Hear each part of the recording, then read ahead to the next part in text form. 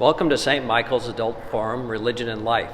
We wish you a special welcome if this is your first time with us. We're glad you're watching and hope you return many times. Our guest today is Paul Chmelik, representing the Center for Victims of Torture.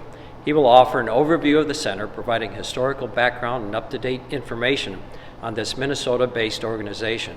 The talk will include stories demonstrating how the center's vital work with refugees and seekers of asylum here in Minnesota and around the world offers a beacon of hope for thousands of people. Paul, now retired and living in St. Paul, has a volunteer connection to the Center for Victims of Torture that began in the mid-1980s. An educator for 40 years, Paul served as a teacher, principal, and director in schools in Minnesota, Southern Africa, the Middle East, and Asia. His work has focused on community building and developing empathetic, globally minded students. Paul, welcome to St. Michael's. Thank you, Eric, for that introduction. It's my pleasure to be here today. I always enjoy the opportunity to talk about CVT. Before we actually jump into the presentation, I'd like to offer an opportunity to have a colleague of mine who was unable to be here today for COVID reasons to offer a little introduction of herself and the work that she has done at CVT through the years. Her name is Mary Healy. For those of you that are here, you saw a picture of her just a bit earlier, and here is an audio of her comments to you. I hope you can hear loud and clear. Hi, I'm Mary Healy. I'm sorry that circumstances prevent us from gathering in person, and happy that we have alternate ways to share stories. And sharing stories is what I'd like to do today. I've been volunteering at CVT for over 20 years. I've worked on many diverse projects, but my main role in non-pandemic times is as a bus tutor. What is a bus tutor? Well, think of the times you've visited a new city. If you want to take public transit, you've probably wondered about the mechanics of how to pay. You may worry about how to know when you're nearing your destination because you don't know the landmarks. You may not know where to stand to be sure you catch a bus or a subway heading in the right direction. And if you're in a foreign country, you may not speak the language well enough to ask for help. These are some of the same challenges that CVT clients face when they want to take the bus to English classes, or a doctor's office, or a grocery store, or even their appointments at CVT. I provide vetted and therefore trusted companionship as clients venture out into the world beyond their front doors. I meet a client at her home, walk with her to the bus stop, and take the complete ride to her destination and back home again. I do this as many times as it takes for her to feel comfortable making the trip on her own. I think that by telling you about a couple of clients, I can give you an idea of some of the challenges and successes that they experience. Okay, that's Mary via audio, and once again, I would say she really would have enjoyed being here with you today, but unable to do that. We'll hear more from Mary. As she alluded to, she has some stories that she will present to you.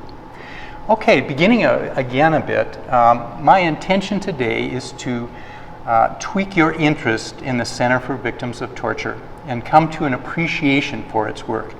As is a sign of the times, so much information these days is online, and I'll just say from the beginning that if you are interested in more information about CVT, you can go to their website of cvt.org and get a great deal more information than I will provide for you today.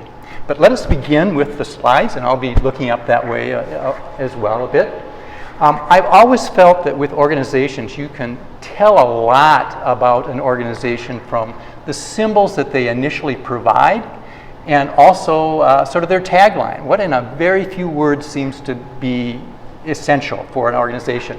And here we have the Center for Victims of Torture symbol and tagline. The symbol, I think, I did not know what that meant, the circle that has sort of the orange, red, and yellow in it. And what it is a representation of is just coming out of an eclipse, coming from darkness into light, which is really what's happening with so many of the clients of CVT who are torture victims. So I personally think that's very, very telling. And then the tagline, which I trust that you can read, restoring the dignity of the human spirit.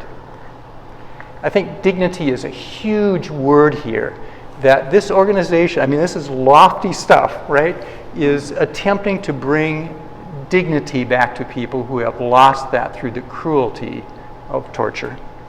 Okay. And here we have a quote by a survivor that fits very much, I believe, into that theme. You have a hard job because it is your job to put the soul back in the body. Indeed, hard work. But I hope that you will come to appreciate something that the CVT has been quite successful at. Okay, where does this all begin? What's the mission here? Again, I think quite concise, I hope. CVT's mission is to heal the wounds of torture on individuals, their families, and their communities, and to end torture worldwide. So CVT absolutely works with individuals in a therapeutic sense, trying to help those folks to recover from the awful experiences that they have had. What's also telling in this is that, of course, when an individual is tortured and goes through that type of trauma, it does not affect just them, of course, okay? It affects their families and it affects their communities. Because as we will see, one of the major components about torture is that it is intended to generate fear. So there is, unfortunately, an awful ripple effect to people who have experienced torture. And then the second piece of this, also that's very important, is that CVT is a major player in Minnesota, in the United States, in the world, in its efforts to end torture, to generate funding and policy that will, in essence, say there is no justification ever for torture, okay? That is unethical, illegal, and there is never a reason for it. Okay. So I had sort of alluded to before, what are the kind of the beginnings of this? Where does it take its sort of, where does it have its foundation, its ethical base? And we can go to the United Nations and their Universal Declaration of Human Rights. Article 5 says, no one shall be subjected to torture or to cruel, inhuman, or degrading treatment or punishment. Now, obviously, all nations, including our own, do not always follow this. But this is the principle upon which it's based, and people will point to, organizations and individuals will point to and saying, it is a form of cruelty that cannot be justified. Okay. I'd like to offer a bit of an interlude here in terms of the notion of this affecting individuals. So we come back to, well, how does this affect individuals? And if you will bear with me, I'd like to read you a short story. We'll call the individual involved Esme. It's not her real name, but she was an asylum seeker from East Africa. Okay, and this is a bit of her short story. Esme had been detained and tortured for a month because of false accusations of political involvement when she was released. For her political involvement. When she was released, a family member was able to help her to get to the United States on a visa, so she was able to come over here. Several months after she arrived, she applied for asylum. She knew she would be tortured again if she returned home. When she came to CVT, Esme was separated from her children. She literally was not able to talk during her therapy sessions. She could only cry and was barely able to function. For months, Esme and her therapist sat in silence. There were no words for the pain that she was experiencing. The agony of being separated from her children was even more intense than the memories of her torture. And this is something, by the way, when I'm talking about individuals who have experienced tortures, that to really try that empathetic piece of kind of flipping it. If this was you, if this was a family member, and you experienced this and you were torn away from your family, your kids remained in another place, you didn't know what would happen to them. Just that in itself, the kind of fear and insecurity that would generate. Back to Esme. As Esme developed more trust with her CVT clinicians, she began to display a wider range of emotions and was more relaxed and engaged in her session. We helped her obtain asylum, and note this, and she was finally, after 5 years, reunited with her children. When Esme found CBT, she was enduring many of the after effects of torture that are so common: chronic pain, balance and mobility problems, depression, anxiety, and thoughts of suicide. She rarely ate and could sleep only 2 or 3 hours each night. And even then, she endured intense nightmares about her torture. The torturers had broken her body, her mind, and her spirit. But with the help of CBT's highly skilled staff, Esme reclaimed these pieces of her person. Today, she still works and her clinicians toward achieving more of her goals. She now arrives at CBT with her eldest daughter and a beaming smile, a reminder of how profoundly far she has come. She has a job and a new apartment, and she is rebuilding her life. Okay, so a prime example of where a person has come from, the huge tragedy that entails, and then the opportunity to engage with CBT personnel to try to bring their life back and to gain that dignity that we talked about earlier. Okay, so I guess perhaps we should talk a bit about what is torture, using that word a great deal, a very loaded term, an uncomfortable term. Sometimes when I say that I speak on behalf of the Center for Victims of Torture, it's almost, you can sort of see it, kind of an immediate like, oh, torture, I don't know if I want to go there, okay? But so we have some common ground. Here we go. What is torture? The things I think that you would anticipate. Severe pain or suffering, of course, can be physical or mental. Intentionally inflicted. This is not by accident that people are doing this. The intent is to obtain information or a confession, to punish or to intimidate or to coerce. It is based on discrimination that can be political, ethnic, religious, and the list goes on. It is inflicted by, at the instigation of, or with the consent or acquiescence of a public official. So for our purposes, we are typically talking about this type of infliction of pain, mentally or physically, that is done in a orchestrated manner. It is on purpose. It is intended to create fear, to hurt this individual, to intimidate their family, and expanding perhaps to intimidate the community as well. Yes, absolutely. Please. So I know you lifted up some ways that maybe our own country is guilty of this, and I know the Center for Victims of Torture has spoken out against waterboarding and things like that historically. And I'm wondering also now with the conversations around the detention centers or detention camps, if that has been viewed as a form of torture affecting migrants and asylum seekers in the United States. Okay, yes. Okay. Excellent question, and absolutely, CVT does indeed see a great deal of what is happening on the border in terms of separation of families and the conditions that appear to be in detention centers to be a form of torture. And the CVT has a strong presence down at the border, and they have been attempting to help in a number of ways. I'll give you one example that when I heard of it, I thought, whoa, okay, that is forward-looking and fascinating in terms of its need. One of the things that they have been doing on the border is to present ways for the lawyers, the legal folks that are trying to help down there, to help them cope. That they are experiencing almost a form of PTSD, okay? And that CVT is offering ways that they can be assisted. So the short answer, Brad, is that absolutely CVT has a presence there, and unfortunately it does consider some of the things that are happening there to be a form of torture. I would also add at this time that one of the areas where CVT has worked and been concerned about is the Guantanamo Bay imprisonment.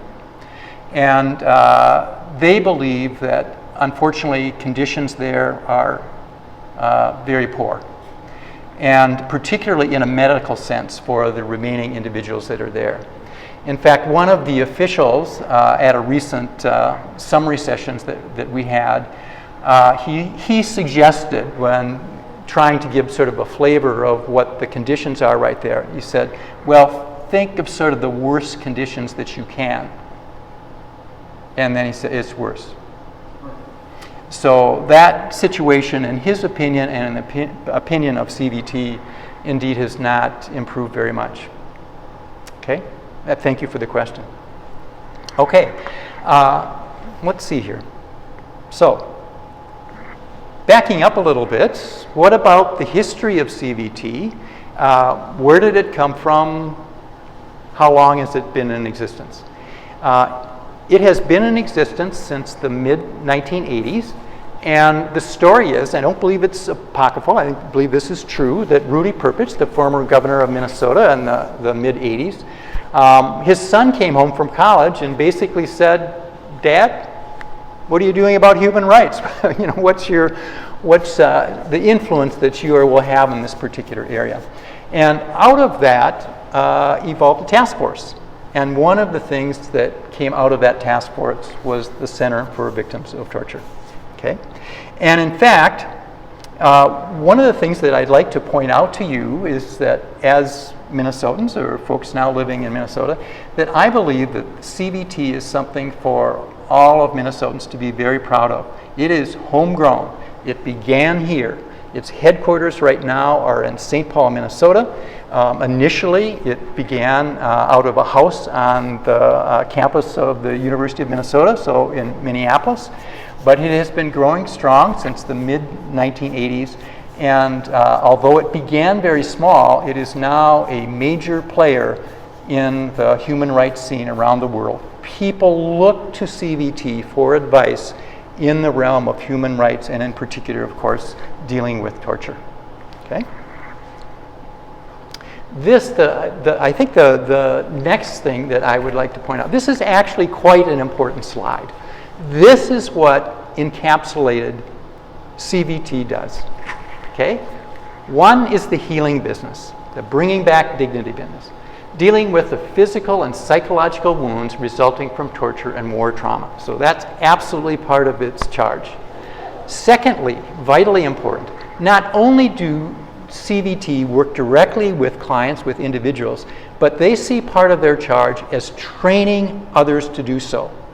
CVT has partnerships with many human rights groups around the world. In fact, I believe I have heard this correctly, that back down on the border, going back to that question, that they've been liaising with about 60 different organizations and trying to help people deal with that situation. That's typical of CVT. Okay? It doesn't go it alone. It sees part of its charge as training others here in Minnesota, other places in the United States, and around the world. Advocacy, okay? It stands for, one of its major principles is that it wants to end torture. Again, seeing no justification for it in any way. Okay? And maybe as a side thing here, because there may be some of you are thinking, well, clearly torture is terrible, but is there not a need for it at some point? Militarily, the nation, somebody commits a terrible crime, i.e. destroys the Twin Towers, they need information. Surely one might justify torture. And I think this is quite an individual decision. Clearly the organization believes that there is no rationale for it. As an individual, I would just say for myself, if I do not, but if I had a son that was in the military, I'd rather have him be in a situation where the country that he came from was not responsible for torturing some of the people from that other country, if you understand what I'm saying.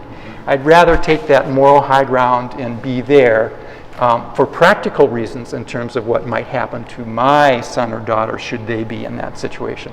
But obviously something for reflection for everyone. Okay. Okay, this is a little non-audio clip that's coming up to give you a sense of the depth of the problem. So when I hit this next, hopefully it will kind of start moving. There'll be no sound, so that's the way it's supposed to be, but you have to watch carefully.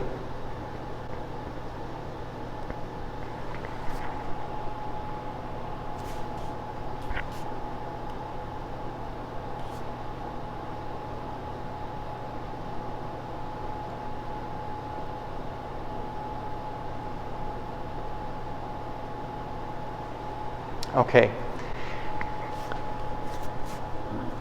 Refugees, unfortunately, often mean an increase in torture. The statistics that CVT has is that over 40% of refugees have experienced some type of torture. And of course, one other theme of my talk here that I suspect that you know is the problem of refugees, of people seeking asylum, is only getting worse. I wish I could be standing here and saying, due to the efforts of CVT and other humanitarian organizations, that the need has gone down, that there are fewer refugees, and consequently often tortured. But that clearly is not the case. Whether you are talking about, unfortunately, the United States, or in West Africa, or the Middle East, or wherever that might be. In fact, I was struck by the fact, I was listening to, I think it was the NewsHour, public television NewsHour, and I think I'm correct in quoting that they said that this year alone, there are 900 people who have died attempting to cross the Mediterranean to get to Europe alone. Okay. The next thing up is a little video clip that does have voices, and I'll just let you see what you think. We have some children here discussing the matter.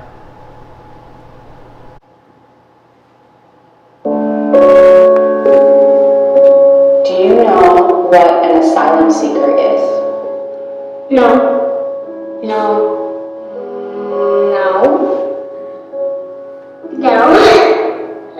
I don't know. What? Well, an asylum seeker is someone who has to leave their home because they're afraid of getting hurt. Do you think we should help them?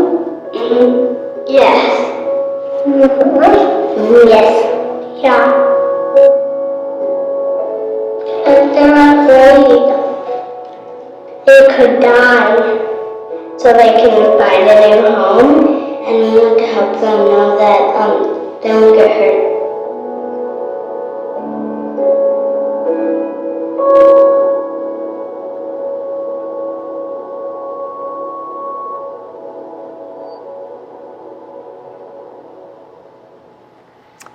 So, in the introduction, Eric mentioned that my background is in education. And so I spent a good deal of time in the classroom and talking to students. And my own personal experience is that so many of the issues that we face in the world are so complex. I mean, whether you're talking about war in Syria or torture at Guantanamo or whatever. And what I'm struck by is that in the complexity, as you reflect on it, it does rather go into a circle. It's sort of complex, and when you come back to the beginning, though, sometimes it's simple. Is it right? Is it wrong?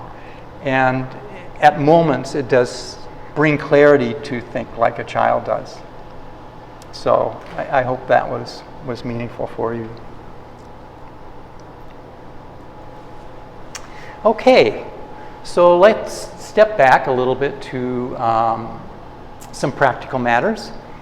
Going back to the organization, I mentioned, I believe, that CVT has its headquarters in St. Paul, and it also has one of its clinics or healing centers in St. Paul.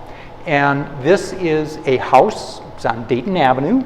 In fact, I encourage any of you here or in the congregation that have an interest, you are very welcome, of course, in non-COVID times, to visit the house and to see what's happening there. The intention is very purposeful and to have a house-type setting, one that it is pleasant and as unintimidating as possible for obvious reasons, and trying to avoid anything that might smack of or might trigger memories of what people have gone through. Okay, so this is the home on Dayton Avenue, and which is the clinical center. What is the type of the work that they do? It's really wide in breadth, okay? There are psychotherapists that work there, individuals who provide social services, psychiatrists, medical doctors who offer evaluations, people who offer body work, massage, helping healing in that way, group work sessions with social workers, and so on. So it really runs the gamut. And as might be expected, for a moment it's important, I think, to kind of go back to that notion of so many of these folks, of course, are plopped in a new country. They may or may not speak the language. Even if they have been granted asylum, they typically cannot work. That takes a long time for that to happen. Often they are separated from their families. So there's not only the medical, on the physical, psychological side, there's some very practical matters in terms of, gee, how do I live? Where do I live? Who might be friends of mine? How do I get around? All of those things that are very practical matter that if we flip it to ourselves and say, how would we do that? Okay, if we were sent over to, or felt like we had to flee to a country that had a different language and we just had to make our way, what would that entail? Okay. Okay. This gives you a little bit of an idea of who the folks are. Almost 80% in the pink are indeed asylum seekers. Okay. Some of these other terms, it ranges from people who have gained citizenship, a small number. An asylee, basically what that means is someone who has been granted asylum but still need assistance. I don't know if I know all of these terms. I think SIV is sort of a special granting of a visa. An example might be somebody who had been an interpreter for the United States in Iraq or something, and due to that service, ultimately they were able to come here. But by immigration status, gives you a little bit of a look here. Okay. How about countries? Where do they come from?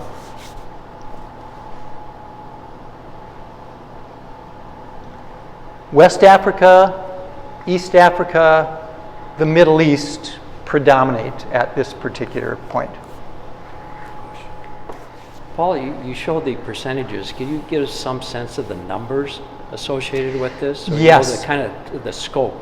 Absolutely, absolutely. Thank you very much. In fact, I'm not going to pay you, but I could because the next slide deals specifically with that.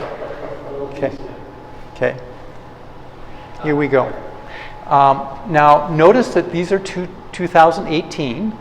I believe that the statistics would be much the same if we were saying, gee, we were able to kind of put this together in 2020. And I should say, by the way, that of course, COVID has had an impact that has been huge.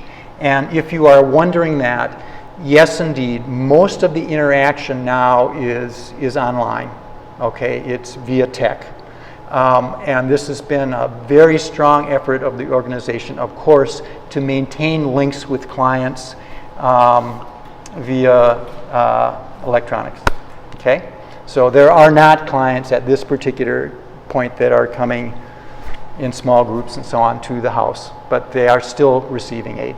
Okay, so I think what I'll do is just maybe pick out a couple things because I'm hoping that you can read this. But in 2018, in the St. Paul Center, there were close to 300 clients, 277. Again, countries, East Africa, West Africa, Southeast Asia is noted here. Okay, most are seeking asylum. Okay. And notice on the bottom it indicates what are some of these reasons for their persecution or their torture that they've experienced. Not surprising. Ethnicity, political affiliation, social activism, social group, and simply vulnerability due to association. And maybe picking up on that point, one of the things that I would mention to you as I hear about the various clients that CVC takes on is that yes, there are a few people that you might say were politically active in their country and they got into trouble because of their political leanings and their activism and so on. Very often, that is not the case at all. It is simply because they were in the wrong place at the wrong time. They had a business in which they expressed that maybe there was a better way to do it, and literally, all of a sudden, they found themselves to be in prison. Yes? Paul, will you define for us the difference between an asylum seeker and a refugee? Yes, absolutely. First of all, it is confusing, Mary. They really do blend. Technically, though, if one was saying, okay, give me a definition, an asylum seeker is someone who hasn't been granted entry into the country. They're in limbo. They're in Netherland, okay, because they still are trying to stay, okay? A refugee often is somebody who has come and has at least some permission to sort of be here. Now, that said, you might be kind of thinking, well, gee, you gave an example of these folks that were coming across the Mediterranean and you're speaking of them as refugees and so on. So it does blend. It is a little bit confusing, but the technical piece is when you use that term asylum person seeking asylum, they have not gotten any permission. They've ended up here and they're trying to get in. Okay? Yes. Brett. So I'm just looking at these categories, and I know that our congregation has had connections with some folks in Uganda who are lesbian, gay, bisexual, transgender, and has seen things happening, be it in Russia or the Ukraine or Nigeria, where that's been a significant issue. Is that classified as either the social group or vulnerability due to association? How does that play out in this? Yes. Okay. Yes, I believe that you are correct in your comment there, and that is in the social activism, social group vulnerability due to association area. And I think we all know that there are individuals in certain parts of the world that do face huge discrimination. East Africa is one of those areas due to their sexual orientation and so on. So absolutely, that is a group. I should mention also that CVT has attempted, somewhat in the vein of being engaged at the border, to be attentive to groups that are at different times, unfortunately, experiencing torture and discrimination and so on. One group that has come to Minnesota, the Twin Cities, is the Karen from Southeast Asia. And there has been some strong work by CVT with that group. And the Rohingya also from South Asia. They have been offering, CVT has been offering their expertise to groups who have been trying to help those folks as well. So again, thank you, Brad, for your question. Okay. Okay, moving on. Again, perhaps would be expected. So what are some of the things that these people are suffering from? No surprise, sometimes post-traumatic stress disorder, major depressive disorder, adjustment disorder, general anxiety disorder. These folks have trouble sleeping, okay? They are depressed. They live in fear often. And their self-concept goes way, way down. So it's very difficult for them to take on the tasks of normal life. So again, I would assume that these wouldn't be a particular surprise to folks. Okay. Here is a specific example of the partnership that I talked about with this effort to work with different organizations that are in basically the healing, medical, the help business. This was between Health East, Roselawn, and Bethesda, the clinics in St. Paul, and I had just mentioned with Karen refugees. And they have worked together to see if they can come up with strategies that will assist those in need more than sort of the normal hospital medical procedures. And then some of you may know that in St. Cloud there is a very strong Somali community, and so there is felt that there has been a need to be there as well. This began in 2015, and although the staffing is very small there at this particular juncture, it seems to have had a very strong impact. One of the areas that they have found that has been a strong need there is with helping parents. And as their children go through the system and get more savvy and how they kind of deal with things, often the parents don't know how they should deal with them and so on. So that's one of the realms of CVT there. So we do have a central Minnesota presence as well.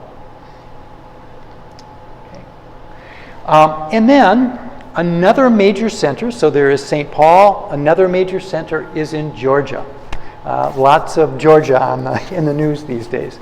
And this clinic is located in Clarkston, a very diverse area throughout the United States. In fact, I think one of the terms they use for Clarkston is like the new Ellis Island of the United States.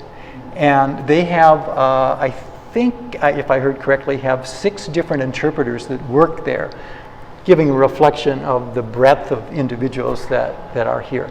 So CVT, a few years ago, felt like they needed another specific clinic presence in the United States, and they chose Atlanta. By the way, the other thing that I would mention is that Georgia does seem to have a pretty good system for trying to integrate asylum seekers. However, if you took a guess at what percentage of asylum seekers in Georgia are granted asylum, you would have to go down to 3% of how many are approved. Even in a system that sort of felt like, okay, they've got a system to sort of deal with it. Okay. So what are some of the basic human needs that in this healing process they are trying to address? Again, no surprises, I don't think. Safety, some choice and control over one's life, ability to trust others. Can you imagine how difficult it must be to trust anyone after what they've gone through? The desire to feel close to, connected with others, and again have this sense of value and self-worth that I mentioned before. Okay?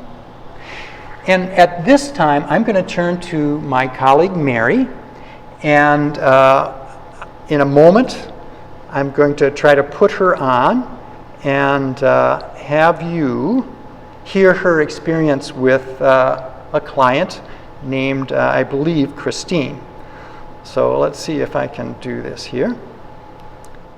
Actually, I have 2. Okay. And you may be addressing them later on, but first of all, how do victims find you? Excellent question. Thank you very much. And it was how do individuals, people who have experienced torture, find CVT. A lot of it is word of mouth. A lot of it is, I mean, of course, CVT has a web presence and all of this and so on, but often it's someone who knows of CVT or has experienced help there themselves that give them that tip, and they end up at CVT. And that is whether it's abroad someplace where services are available or here in the United States. Mm-hmm. And my second question, and this probably relates to what you'll be doing next with Mary, what's a volunteer role?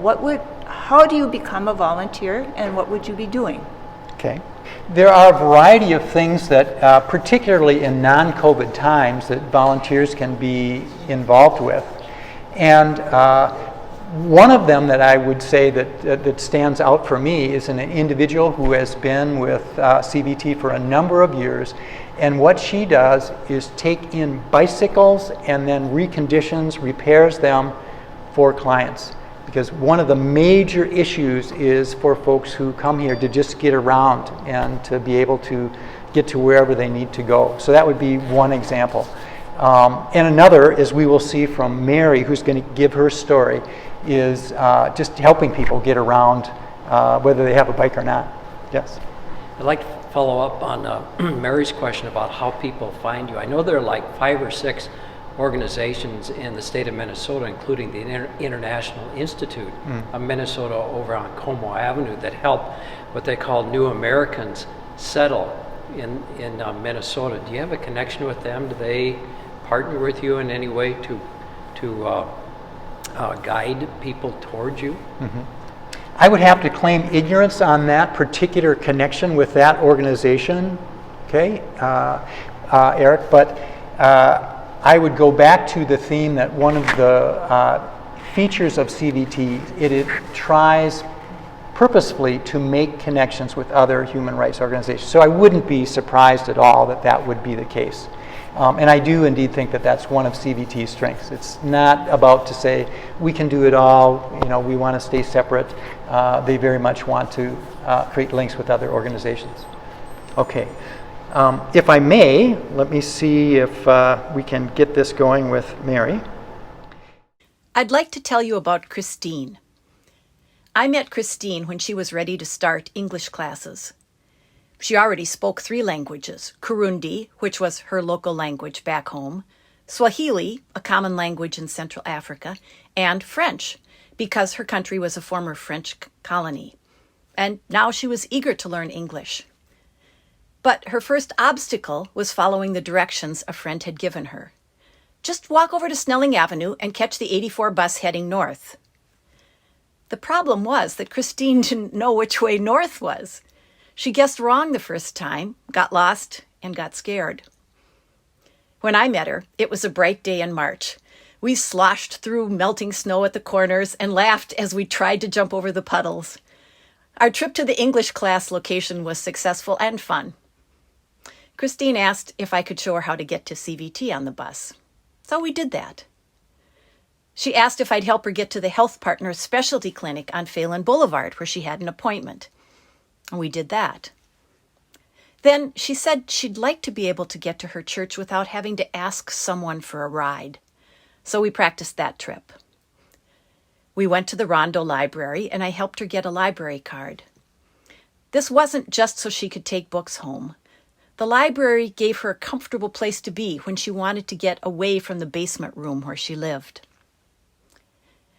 Christine's social worker arranged for her to meet a job counselor, and we took the bus together. And then she needed clothes to wear to job interviews, so we took the bus to Joseph's Coat, a free clothes closet on West 7th Street. And then she had a dental appointment at the U of M Dental School, so we took the bus and light rail to Moose Tower and back. And then Christine got a scholarship at the Jewish Community Center so she could swim. Swimming helped ease the pain that was a result of the beatings she'd experienced. I only learned about the beatings later, though. As volunteers, we are not able to ask clients about their past. We can't ask about families, we can't ask about careers or hometowns, because any of that could trigger emotional breakdowns that we aren't able to support. So many of the small talk topics we're familiar with are off limits. Instead, we talk about the weather, of course, and we ask what a client would like to do in the future and try to figure out how we can work toward those goals. Christine asked if I'd go to the Health Partners Clinic with her again, and even though I was pretty sure she knew exactly what to do, I said yes, of course. On that trip, I began to realize that our trips weren't about public transportation. They were about going somewhere, anywhere, really, together. By that time, they were field trips with a friend.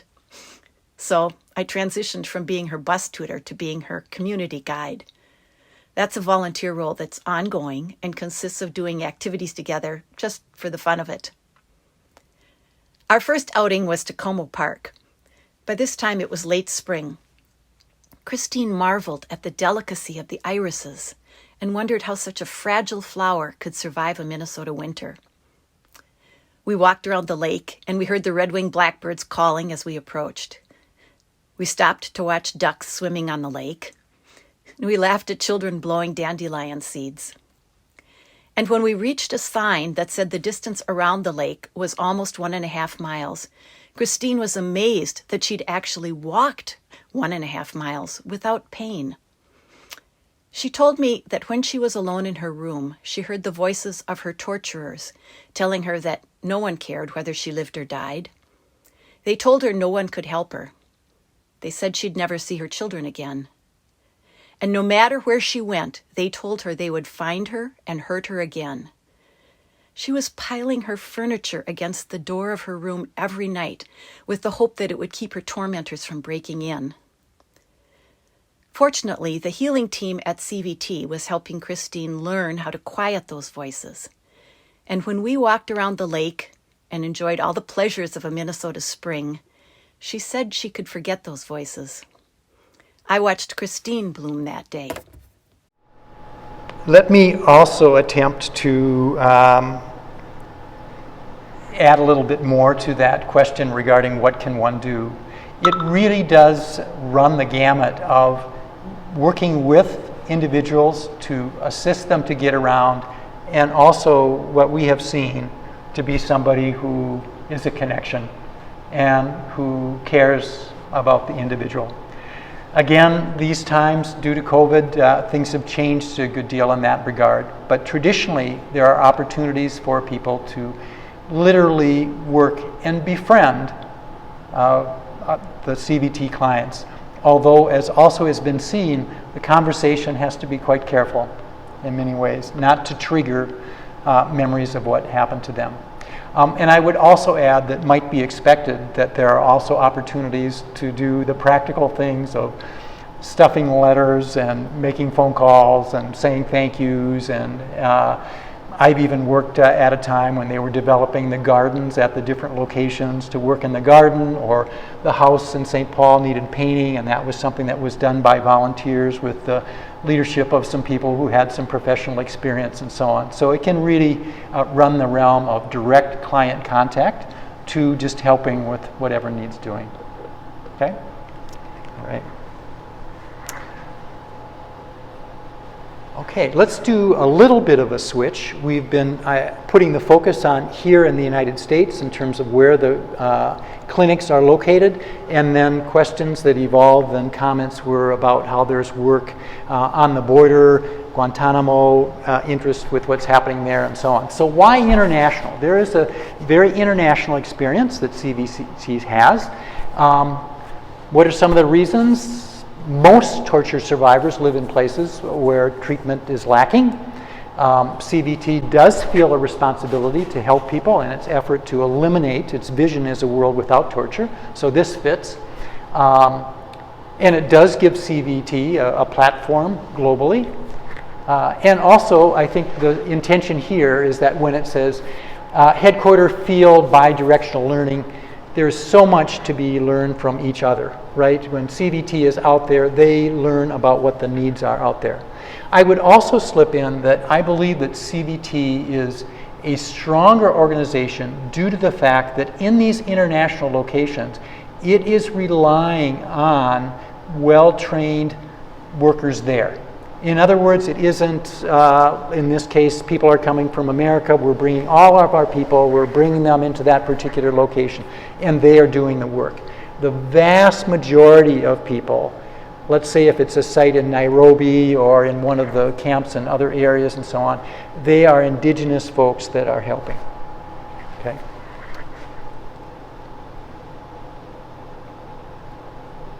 Okay, a little bit of some numbers, again, going back to 2018, but almost 4,500 folks have received help. And again, with that understanding that it's not just about the individuals who have perhaps been tortured, but is the impact on their family members, that number goes up a good deal. I will go through some of these next slides fairly quickly. They may be, to be honest, detail that just is better kind of giving you a sense rather than the specifics here. But do notice that there is a very strong presence in East Africa. Okay? Kenya, Jordan, Ethiopia, Uganda, often helping people, of course, who are coming from regions that you've heard about, from South Sudan, Eritrea, etc. Okay. And you know, when I look at this, I'm both struck by, hey, this is a lot of people, and hey, this is not many people in terms of the overall issue I have to say, is that it's sort of in that realm of you do what you can. Dadaab you may have heard of. I believe it still perhaps stands as the largest refugee complex in the world. CVT has a presence there. Also in another one named Kakuma, where many of the folks are from South Sudan. Nairobi, there's also an urban presence of CVT. Again, many people coming into the city, as might be expected, need assistance. Would there be any doubt of Jordan? Okay. Anticipating the huge number of folks that are coming from Syria, are seeking help, make their way to Amman in Jordan. CVT has had a clinic there for many years.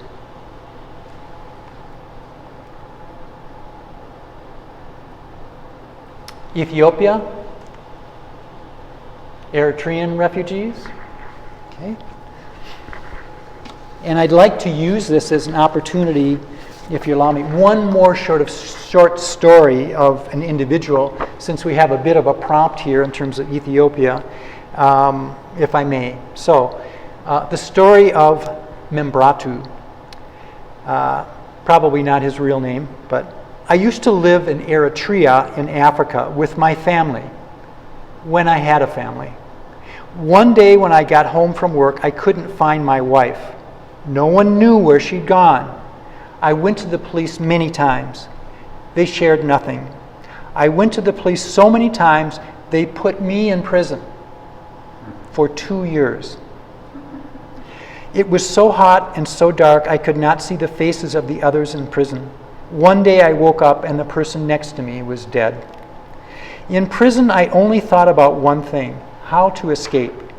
I was one of the lucky ones. Even though I was deeply hungry from having very little to eat, eventually I did escape.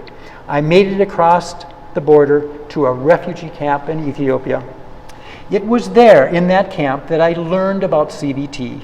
One of the counselors who always walked through my neighborhood saw me alone and started saying hi to me. One day he said, "You're always by yourself. Why? Come to CVT."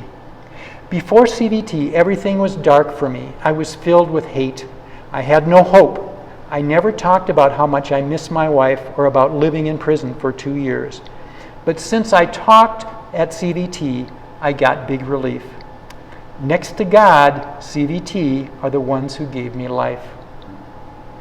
So for me, this is telling. The reason I sort of pick this out of many of the stories that are available is that the reason that he ended up in prison and experienced the things he did was so inconsequential. He wasn't a political activist. He was just looking for his wife. He ends up in prison, not for 2 months, 5 months, 6 months, for 2 years.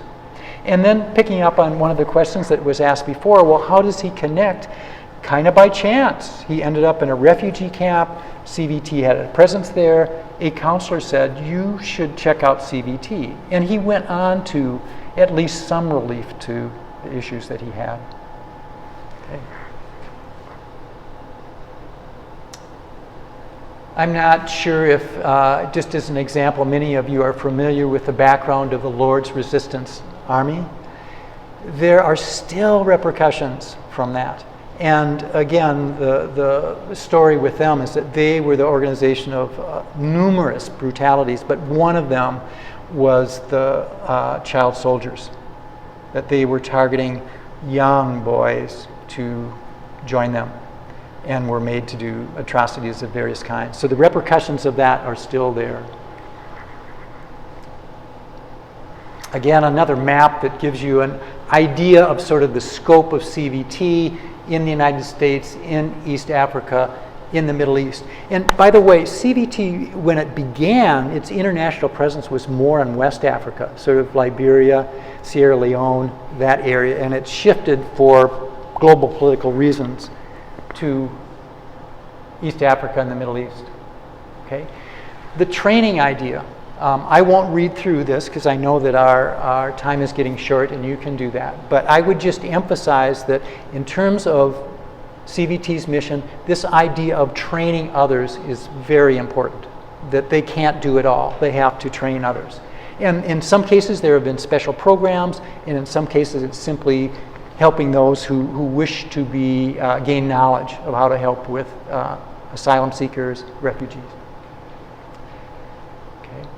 And here it's showing some of those sites where CVT has a presence. It may not have a particular clinic itself, but it is helping other organizations. And just reading some of them off: Iraq, Turkey, Liberia, South Africa, Lebanon, Zimbabwe, Cambodia, the Philippines. Another training initiative that specifically is targeting the Middle East here, SOTI, Survivors of Torture Initiative. And back to the United States, training here. Again, building this network of organizations that can give assistance to torture victims. Here's another very specific effort to help, new tactics. All really has to do, though, with increasing training, helping people.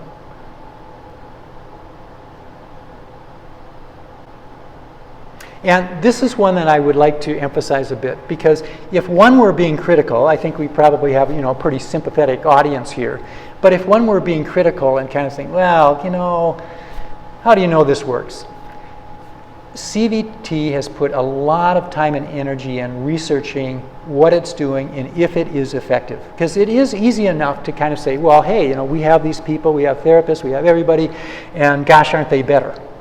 And they have gone very much beyond that. They put time, energy, and money into doing research to see whether their methods do indeed help, and trying to improve their methodology. Okay? So they do have measurement tools. And then we're getting towards the end here. And the other area that I had mentioned in the beginning that is of real concern for the United States is advocating for the lessening and the end of torture. And there is an office in Washington, D.C., and there is a director, Scott Ream is his name, very well versed in the human rights world. He leads the efforts to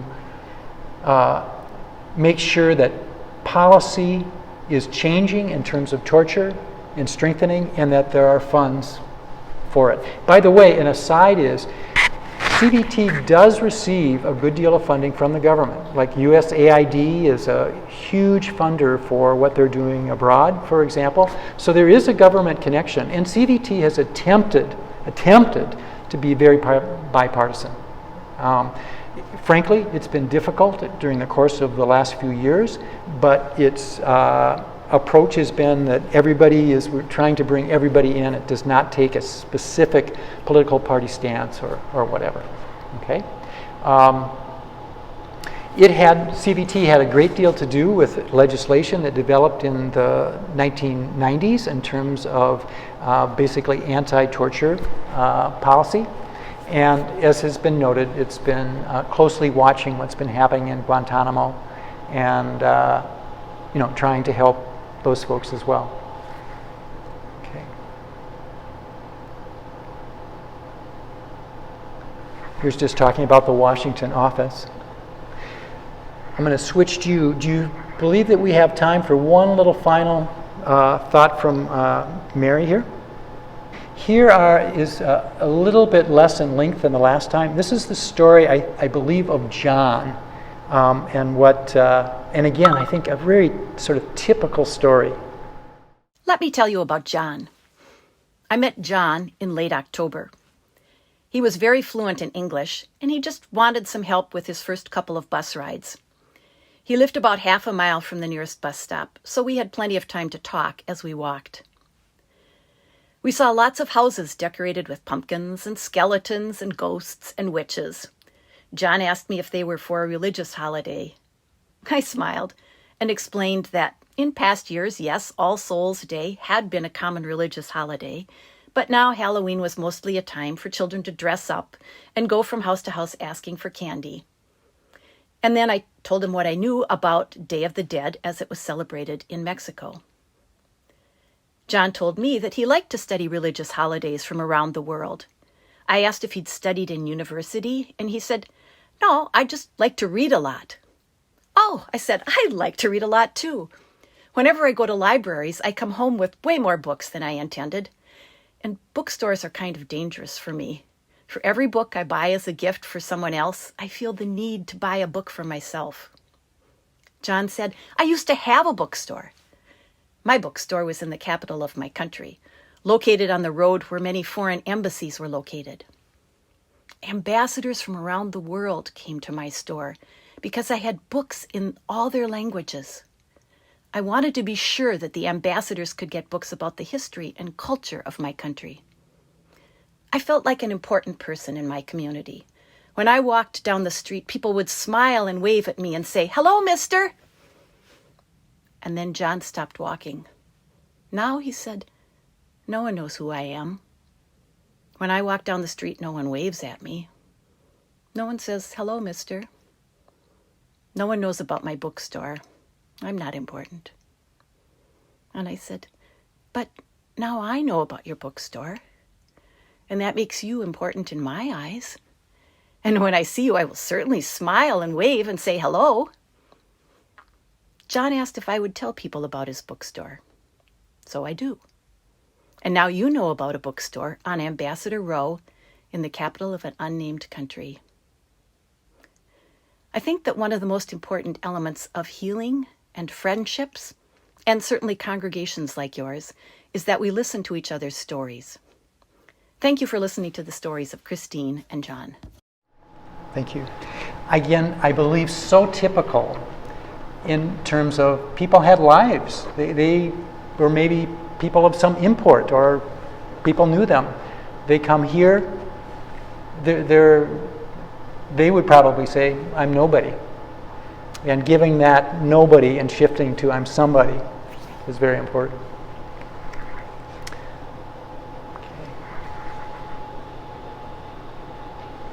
Part of the goal. Okay. What can you do? Again, if you wish more information, excellent website. As often is the case these days, there's probably more information than you might need. But I hope today has tweaked your interest a bit in CVT. And quite frankly, I hope that, again, as Minnesotans, I would repeat that I hope you might be proud of the Center for Victims of Torture. It's doing good work out there for people who are in desperate need. And I think they do that job very well.